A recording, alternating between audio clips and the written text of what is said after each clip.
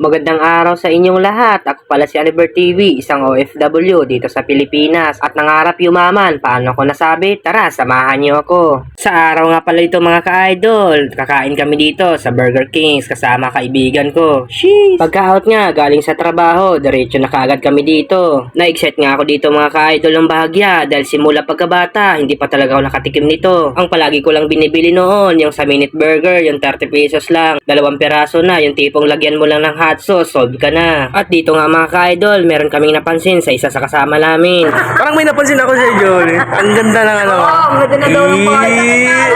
Ganda ng her. Manis, wala ka Yung kita mo dun sa vlog mo na sa akin. Ganda, no? Bagong rin ba? Fully paid.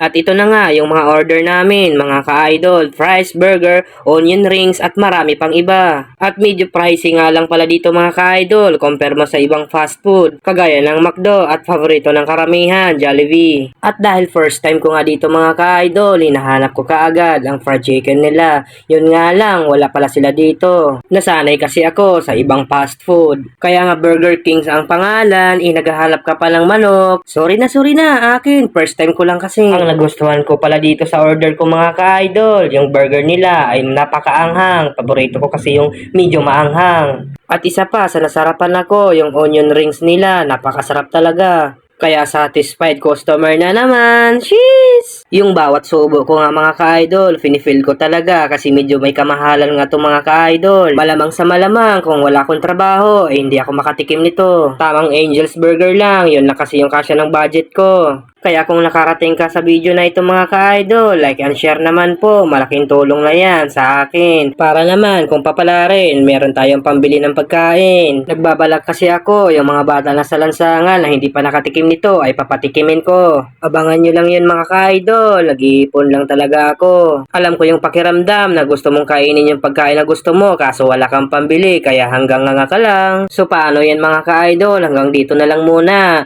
Merry Christmas and Happy New Year mga ka-idol, mag-ingat po kayo.